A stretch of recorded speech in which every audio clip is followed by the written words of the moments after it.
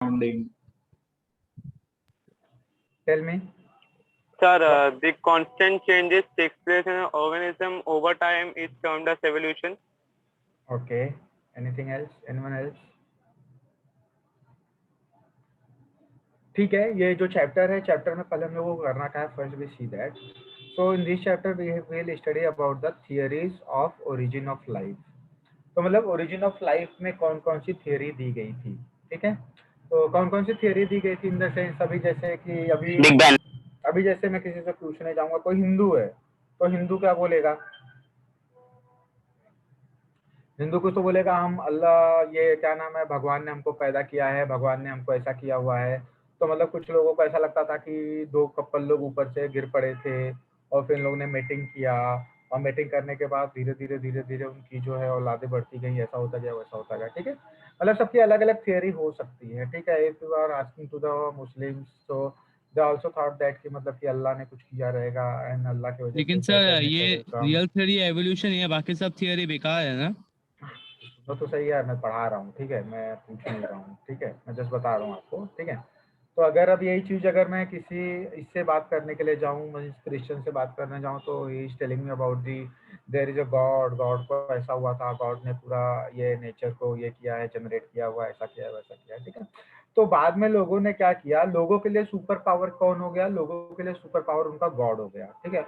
और जिसको भी अपना सुपर पावर मानते हो, भगवान, अल्लाह, गॉड जो भी है, ठीक है, क्लियर है. तो मतलब लोगों को ऐसा लगने लगा था कि मतलब अब देखो कैसा है कि कोई भी चीज ऐसी है जो दिखाई नहीं देती है, तो उसके नाम पे किसी को डरवाया जा सकता है कि नहीं किया जा सकता, किसी को भी डराया जा सकता है, ठीक है. तो आप लोगों ने हिस्ट्री में पढ़ा होगा रेनेसा के बारे में पढ़ा है हिस्ट्री में. Yes sir. Age of renaissance. हाँ सर रेनेसेंस ना. हाँ, तो जो रेनेसांस का था और जो रेनेसा के बारे में था, तो रेनेसा का हिंदी में क्या बोलते हैं, रेनेसांस को पुनर्जन्म. क्या बोलते हैं, पुनर्जन्म बोलते हैं. क्या बोलते हैं हिंदी में, उसका नाम है पुनर्जन्म. पुनर्जन्म अगर रीबर्थ. हाँ, रीबर्थ. अगर कोई रीबर्थ बोल रहा है तो मतलब उसके पीछे पहले कोई मरा होगा कि सोया होगा कि नहीं, हाँ. ठीक है. मरा. तो पुनर्जागरण, तो मतलब अगर कोई फिर से जग रहा है उसको शायद पुनर्जागरण बोलते हैं, ठीक है. सो अगर किसी को पुनर्जागरण बोलते हैं या मतलब कि फिर से कोई अगेन, ठीक है, अगेन और री अवेक हो रहा है, तो इसके पहले वो क्या था, इसके पहले सोया होगा ना, डेड. हाँ. सोया होगा ना. तो पहले क्या होगा, पहले क्या होगी, दुनिया ऐसी हुई होगी, पहले की दुनिया जगी होगी. मतलब पहले ये भगवान, अल्लाह, ये सब जो भी लोग होंगे, इन लोगों पर विश्वास नहीं किया जाता होगा, तो ह्यूमन ही सबसे बड़ा होगा उस टाइम पे, कुछ ऐसा हुआ होगा. Excuse me sir. सर आप वेटिंग रूम से जरा ले लेंगे क्या इन. क्या हाँ बोल रहे सर, हो? वेटिंग रूम ऑन है क्या आपका? क्या है वहाँ में? Waiting room.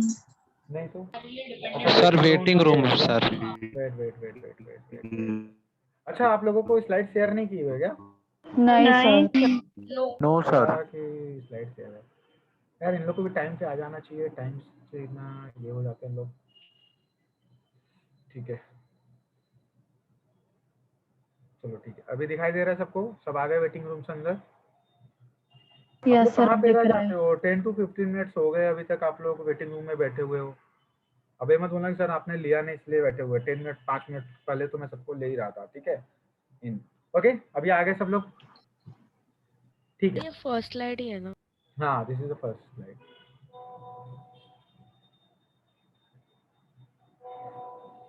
Just wait. Okay. So देखो क्या हुआ था कि मतलब कि जो पहले की दुनिया थी, तो पहले की दुनिया बहुत ही जागृत दुनिया थी, बहुत ही जागृत दुनिया थी इन द सेंस कि वहाँ पे किसी के बीच में भेदभाव नहीं किया जाता था. सो वहाँ पे ना तो कोई गॉड था, ना कोई अल्लाह था, ना कोई भगवान था, तो ह्यूमन को ही सुपीरियर माना जाता था, ठीक है. तो ह्यूमन वाज सुपीरियर. तो at that time we are awake, ठीक है. तो उस टाइम पे हम क्या थे, उस टाइम पे हम जगे हुए थे. क्या थे जगे. उस टाइम पे हम जगे हुए थे, दैट इज अवेक, ठीक है. उसके बाद क्या हुआ, उसके बाद कुछ लोग आए, कुछ लोगों ने क्या बोला, कुछ लोगों ने बोला अरे तू ऐसा है, तेरे को भगवान ऐसा कर देंगे. बारिश नहीं हो रही है, तो उसमें लोगों को फिजिक्स के बारे में, ज्योग्राफी के बारे में नॉलेज नहीं था, तो बोलने लगे कि अरे तुम्हारा भगवान जो है तुमसे प्रसन्न नहीं हो रहा है, तुम इसका बलि चढ़ा दो, ये कर दो, वो कर दो. तो मतलब ऐसे ऐसे करके ये किया गया. तो वो वाला जो इरा था उसको बोला जाता था, उस समय पे सबका दिमाग काम करना बंद कर दिया था, तो उस इरा को हम लोग क्या बोलते हैं, that is a sleeping era, that is called as sleeping era. Sleeping era. तो स्लीपिंग होता, ठीक है। तो उसके बाद फिर जो आया उसको क्या बोलते हैं, उसके बाद जो आया that is called the Renaissance. Renaissance का मतलब क्या हुआ, रेनेसा का मतलब होता है पुनर्जागरण, ठीक है, पुनर्जागरण हुआ। तो पुनर्जागरण क्यों हुआ, पुनर्जागरण इसलिए हुआ क्योंकि उसके पहले सब लोग क्या हो चुके थे, सो चुके थे। तो that is called as renaissance. तो उसके बाद फिर हम लोगों ने देखा, हम लोगों ने डिस्कस किया कि एक्चुअल में क्या हुआ था, कैसे हुआ था, ठीक है।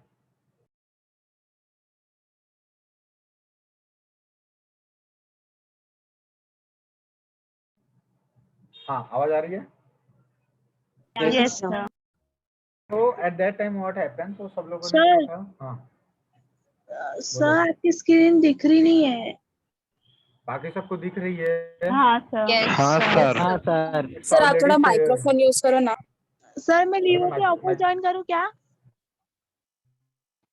हाँ हाँ, मैं माइक्रोफोन ही यूज कर रहा हूँ, ठीक है, मैं माइक्रोफोन ही यूज कर रहा हूँ। आवाज आ रही है ना सबको क्लियर। हेलो, थोड़ा आप लोग अपने साइड से माइक यूज कर ये देख लो, ठीक है। मैंने माइक्रोफोन यूज किया है और दूसरा मैंने हेडफोन यूज किया हुआ है, ठीक है। सर आवाज क्लियर आ रही है आपकी। सर आवाज क्लियर है sir. Okay, so at that time what happened, so उसके बाद हम लोगों को लगा कि यार चलो ठीक है, व्हेन फिर जब हम लोग का फिर से ये हुआ, रेनेसा हुआ, तो उसके बाद हम लोगों ने थॉट किया कि मतलब कैसे हम लोगों का जन्म हुआ होगा, कैसे हुआ होगा, क्योंकि अपने को कुछ भी पता नहीं था कि ये पूरा का पूरा नेचर कैसे फॉर्म हुआ है, how the living things come in the existence, these all the things, ठीक है। So there are the many theory who gives the origin of life. So that is called as the theories of life. So in that theories of life, we will study about the there are the many ये ठीक है, जो अलग अलग ये थे author, तो there are many author, different different author. तो उन लोगों ने अपना अलग अलग दिमाग दिया कि किस वजह से ये लाइफ का ओरिजिन हुआ है, ठीक है। Second, what is the evidence of evolution. So अगर इवोल्यूशन हुआ है तो there should be what, there should be some evidence are there, है ना। तो evolution is what process, evolution is a stationary process और a dynamic process, dynamic process, ठीक है। तो it will change time to time, ठीक है। तो अगर टाइम टू टाइम चेंजेस हुआ है तो there should be some evidence, ठीक है। नेक्स्ट, थियरी ऑफ इवोल्यूशन, तो उस पर जो थियरी लिखी गई that is called the theory of evolution. फिर उसके बाद brief account of evolution and finally we will study about the human evolution. तो यू नो ना, सबसे पहले ह्यूमन क्या था, लेमर। मंकी। हाँ, तो लेमर से लेकर के फिर मंकी, फिर चिंपैंजी, ऐसे चेंज होते होते आज क्या हो गया, ह्यूमन हो गया, ठीक है। Human. So this is Advanced what human. Is the evolution of human. तो we will also study about the evolution of human. Clear है, चलें आगे। Yes sir. कैमरा ऑन करो सब लोग। So here if you see, sir आप remove किया करो अगर जिन्होंने कैमरा ऑन नहीं किया है। ओके, अभी भी कितने लोगों का कैमरा ऑन नहीं है। ये लोग क्या करते हैं पीछे क्या पता, ले भी रहे कि नहीं lecture.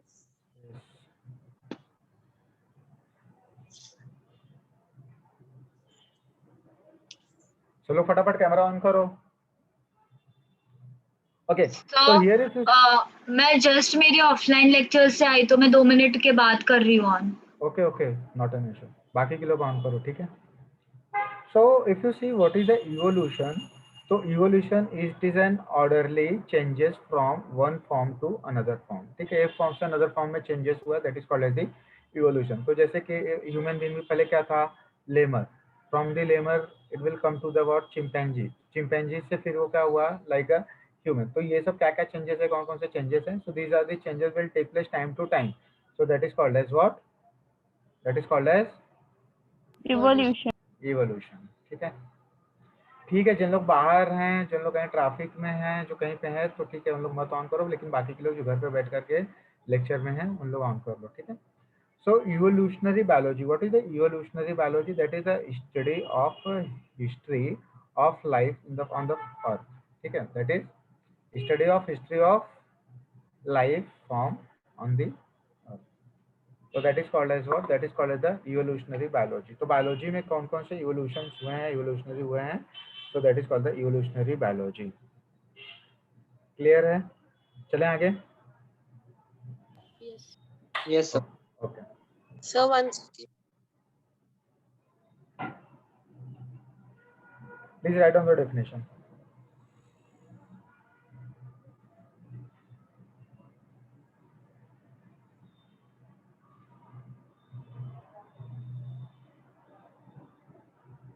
Done, sir. Done, everyone? Okay.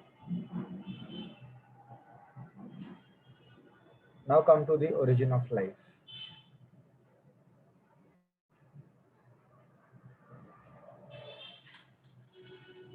Okay. So here if you see origin of life. Okay. So anyone tell me origin of life क्या ये सब कैसे हुआ है? Anyone knows? So Big Bang. ठीक है, बिग बैंग थियरी. और anything else? सब प्रोटोप्लाज्म से फॉर्म होना स्टार्ट हुआ. Can anyone tell me how the earth is form? मतलब कि ये लिविंग थिंग कैसे फॉर्म हुआ है? Anyone knows? सर वाटर से, वाटर के अंदर. वाटर में सबसे पहले unicellular first living body protoplasm form हुआ, फिर प्रोटोप्लाज्म से सेल डिवीजन होते होते लाइफ का फॉर्मेशन स्टार्ट हुआ. प्रोटोप्लाज्म कैसे फॉर्म हुआ? डिफरेंट कल से एलिमेंट से, कंपाउंड से. सिंपल मॉलिक्यूल्स और कंपाउंड्स एक साथ आके कॉम्प्लेक्स बने, उससे बना. और कुछ किसी को कोई और आइडिया?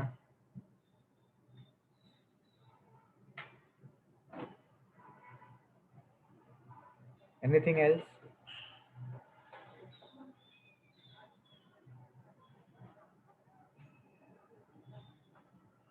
और किसी कोई आइडिया?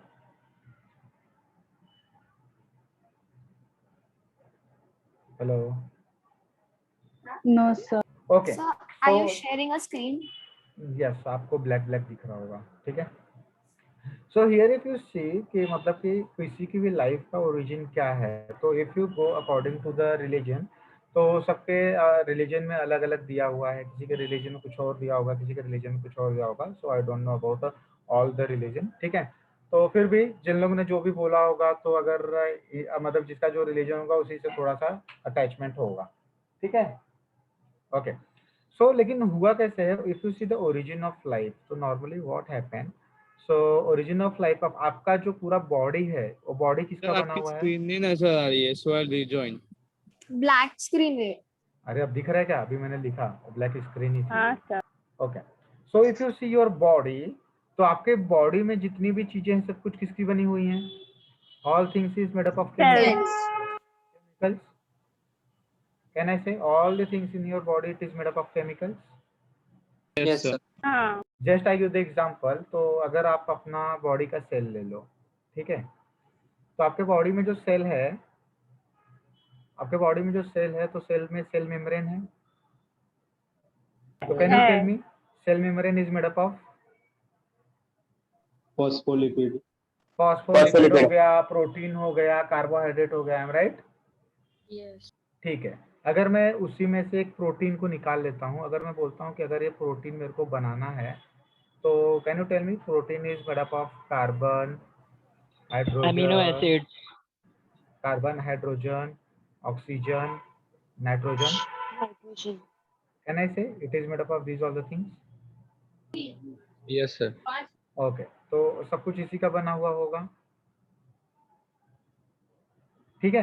तो अगर आप अपने बॉडी में कोई भी चीज देख लो, जैसे मैंने आप लोगों को बताया था कि sometimes for the our body. यार आप लोग इतने लेट क्यों ज्वाइन हो रहे हो?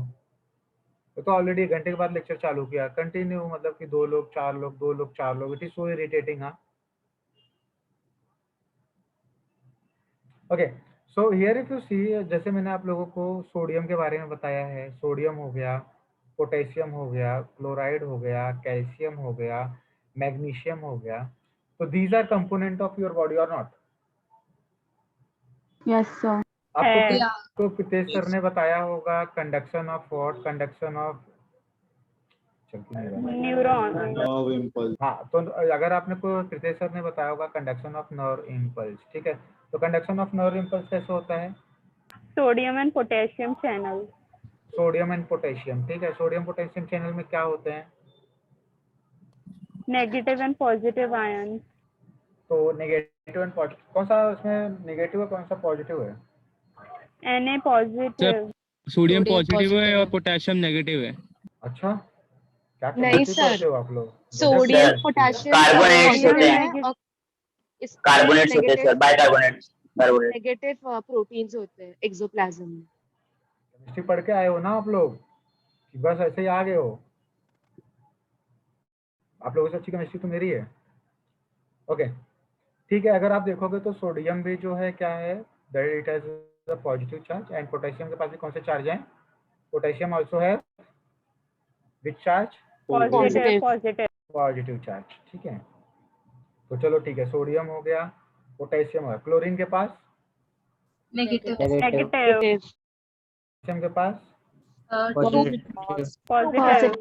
मैग्नीशियम के पास? पॉजिटिव। 2+. तो ठीक है। Now what happened? How the sodium, potassium and chloride, these three are the very important elements of the our body. ठीक है, अगर कोई भी पर्सन मेरे पास आता है और उसके घर वाले मेरे को बोलते हैं कि सर ये जो पेशेंट है ना, ये पेशेंट के साथ ऐसा कुछ तो हो गया है कि वो मतलब कुछ समझ नहीं पा रहा है, कुछ बोल नहीं पा रहा है, बहुत ही कंफ्यूजन स्टेट में है, कुछ ऐसा स्टेट उन्होंने बताया। तो अगर वो कोई ऐसा स्टेट के बारे में बताएंगे तो क्या होगा? तो मेरे को किसके बारे में सोचना चाहिए? तो should I think about the neurons? Should I think about the neurons? क्योंकि ऐसा भी हो सकता है ना कि वो आदमी जो चीजें करना चाह रहा है पर वो जो नर्व इम्पल्स है इसका मूवमेंट बराबर से नहीं हो रहा है, इसकी वजह से ऐसा कुछ हो सकता है कि नहीं? या okay, so if you see the sodium, तो sodium is the extracellular और intracellular? Sodium intracellular. Extracellular. पक्का? यस पक्का। सोडियम इज एक्स्ट्रा सेलुलर, ठीक है। Potassium? Intracellular. Potassium is intra. पता है ना इसका मतलब क्या होता है? यस हाँ सर, वो न्यूरॉन के अंदर बाहर। ठीक है। And chlorine? इंट्रासेल्युलर। Extra. ठीक है, इट इज आल्सो इंट्रासेलुलर। अब देखो नॉर्मली क्या होता है कि when you see the anything, when you see the movement of the ions, movement of the ions means the extracellular ion that move into the intracellular, that intracellular ion that moves out the cell, that is the extracellular compartment, ठीक है। So that condition is called as the depolarization and repolarization, right? Yes yes sir. तो जब मैंने आप लोगों को heart के बारे में भी पढ़ाया था तो you know there is a depolarization and repolarization will take place, and same thing प्रत्येक सर ने आपको इसमें भी पढ़ाया होगा नर्वस सिस्टम में। Due to the depolarization and the repolarization there is a conduction of nerve impulse will take place, that due to that happens, ठीक है। क्लियर है? तो ये सब जो चीजें हैं, अब ये जो सोडियम है, सोडियम का नॉर्मल वैल्यू कितना है बॉडी में? अगर if you see, so it is 134 to 144। Okay, potassium का नॉर्मल लेवल क्या है? It is 3.4 to 4.5। क्लोरीन का if you see, so it is around 100 to 105। Clear है? These are the normal level, ठीक है। अब देखो क्या हुआ, अब अपनी जो बॉडी है, अपनी बॉडी नॉर्मली कहना इससे कि it is made up of protein. Yes yes sir. Can I say it is made up of protein? Okay, अब प्रोटीन है तो प्रोटीन में क्या क्या है? नाइट्रोजन है, ऑक्सीजन है, ऑक्सीजन, कार्बन है, हाइड्रोजन है, ठीक है। नाउ लुक हियर, ये नाइट्रोजन जो है, नाइट्रोजन कहाँ पे है? In the air, yes sir. Atmospheric air.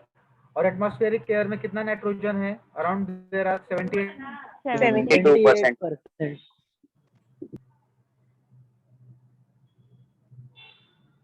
78% है ना?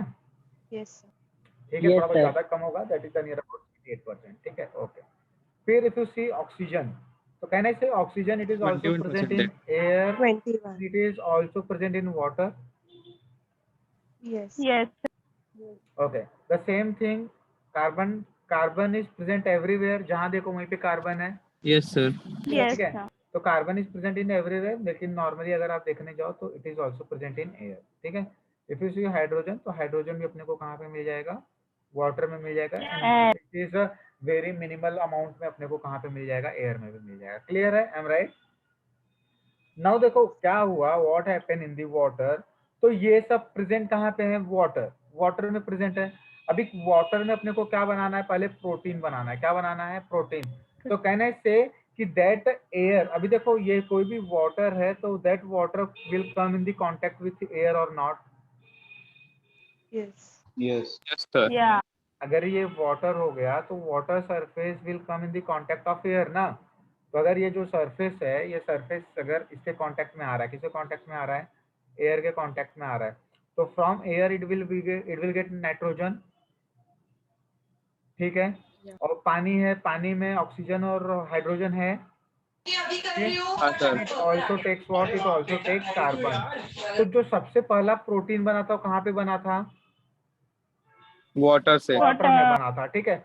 So it all the components or all the elements which is required for the protein, they made into the water and they are making a molecule of, it made the molecule of protein. अब उससे क्या बना, धीरे धीरे धीरे धीरे it will form what, it will form a which cell? Cell. कौन सा cell, prokaryotic cell. It will form what, it will form Prokaryotic prokaryotic cell. Because if you see the prokaryotic cell, in the prokaryotic cell there is a lack of nucleus, ठीक है। And you know कि there is a only ये अपना cell membrane is present and inside the cell membrane there is a protoplasm. So that protoplasm and the cell membrane, it is made up of by easily by the what nature, ठीक है, in the water, and that prokaryotic cell it is present in water. तो water में सबसे पहली life कहाँ पे आई थी, सबसे पहली लाइफ कहाँ पे आई थी, इन दी वाटर। कहाँ पे आई सबसे पहली लाइफ, वाटर में।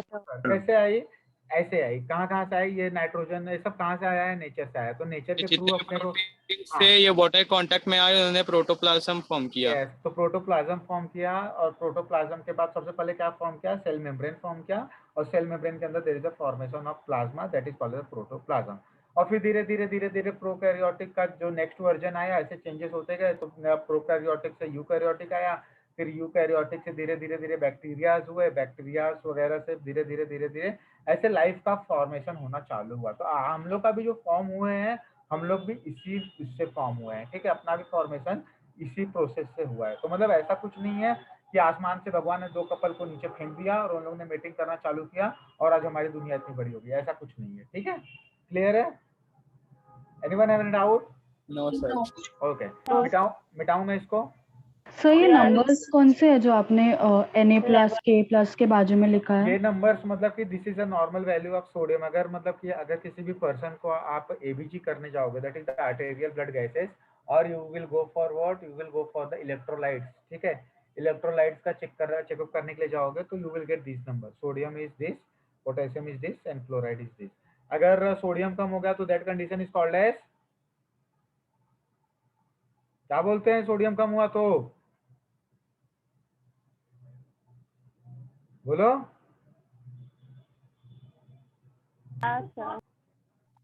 अगर सोडियम का लेवल कम हुआ तो क्या बोलेंगे, हाइपोनेट्रीमिया बोलेंगे। क्या बोलेंगे, हाइपोनेट्रिया। हाइपोनेट्रीमिया। और ज्यादा हुआ तो हाइपरनेट्रीमिया, ठीक है। पोटेशियम का लेवल ज्यादा हुआ तो क्या बोलेंगे, हाइपोकैल्सीमिया। हाइपरकैलेमिया, हाइपरकैलेमिया, ठीक है। और इसका लेवल कम हुआ तो क्या बोलेंगे, hypokalemia. Kalaemia. Kalaemia. Kalaemia word कहाँ से आया है, कैल्शियम। Calcium, potassium. पोटेशियम के बारे में लिख रहा हूँ, ठीक है। तो आप लोगों को पता होगा कि जब हम लोगों ने नॉमेनक्लेचर चालू किया था, तो नॉमेनक्लेचर में सबसे पहले हम लोगों ने क्या किया, सबसे पहले जो वर्ड था उसका ही पहला वर्ड लेते थे। पहला वर्ड अगर ऑलरेडी हो चुका है तो दूसरा वर्ड लेते थे, लेकिन अगर दोनों वर्ड हो चुके हैं तो हम लोग क्या करते थे, so we are taking a Latin name of that element. तो जो सोडियम है, सोडियम का लैटिन नेम क्या है, नेट्रीमिया। क्या है, नेट्रीमिया। तो वहां से सोडियम का नाम Na पड़ा। तो जो पोटेशियम है, पोटेशियम का नाम क्या है, कैलेमिया। तो कैलेमिया से पोटेशियम का नाम और सिंबल K पड़ा। अंडरस्टूड। अब जितने भी सर क्या होता है एलिमेंट्स हैं, तो उनका सब लैटिन से डिराइव्ड है। अभी तक आपको नहीं पता था क्या, सर? ठीक है। तो ये जो सोडियम है, सोडियम का नाम कहाँ से आया? सोडियम का नाम सोडियम था, लेकिन यस का यूज हो चुका होगा, तो इसलिए क्या हुआ, उसको लैटिन नेम में देखा गया। लैटिन नेम में इसका नाम क्या है? तो लैटिनिया में नेट्रीमिया था, नेट्रीमिया का एन भी यूज हो चुका होगा, इसलिए उसका नाम Na पड़ गया। तो that is the symbol of sodium is Na। Clear है? तो ये सब चीज आपको पता होनी चाहिए कहाँ से आई हुई है, ठीक है। पोटेशियम था, पोटेशियम के साथ भी यही सेम घटना हो गई थी, तो पोटेशियम को जाकर के देखा गया कि उसका नाम क्या है, तो पोटेशियम का नाम था लैटिन नेम में कैलेमिया। तो कैलेमिया का जो के था, तो इससे पहले कोई ऐसा कंपोनेंट नहीं था जिसका नाम कल के ही आया हो, तो इसलिए उसको नाम दे दिया गया के, दैट इज द पोटेशियम, ठीक है। नहीं तो पोटेशियम का नाम पी नहीं होता। ओके, चलो मिटाऊं। सर ये एक्स्ट्रा सेलुलर इंट्रा सेलुलर क्या होता है? अच्छा, ये एक्स्ट्रा सेलुलर और इंट्रा सेलुलर क्या होता है? देखो, जो सेल्स होते हैं ना, तो ये ढेर सारे सेल्स हो गए, ठीक है, दीज आर दी सेल्स। तो ये जो सेल्स का क्लस्टर है, these are called as what? This is called as, can I say it is called the tissue? Tissue. या तो जो सेल होता है, तो सेल के बीच में जो गैप होते हैं, can you see the gap? Yes sir. तो क्या ये गैप में कुछ होता होगा कि नहीं होता होगा? हवा तो होती नहीं होगी, बॉन्ड होता। तो ये सब सेल के बीच में क्या होता होगा? वाटर होता होगा। क्या होता होगा? वाटर। वाटर और द इंटरस्टिशियल फ्लूइड होता होगा ना। So this gap is filled with what? Interstitial fluid. क्या? Interstitial fluid. तो ये जो गैप है इंटरस्टिशियल फ्लूइड से भरा हुआ है, तो ये दो सेल के बीच का गैप है, तो इसलिए इसको क्या बोलते हैं? इंटरसेलुलर और एक्स्ट्रा सेलुलर। क्या बोलते हैं? इंटरसेलुलर और एक्स्ट्रा सेलुलर और एक्स्ट्रा सेलुलर। इंटरसेलुलर बोलो, इंटरसेलुलर बोलो तो मतलब दो सेल के बीच का गैप, एंड और it is also called extracellular. Extracellular क्यों बोला? क्योंकि because that gap is present outside the cell ना, सेल के आउटसाइड है ना ये, ठीक है, तो hence it is called as the extracellular, ठीक है। And when you go to the inside the cell, ठीक है, तो इनसाइड द सेल बोले तो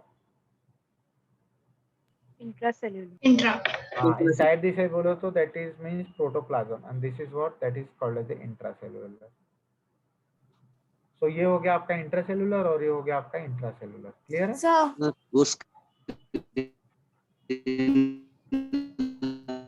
आवाज नहीं आ रही है।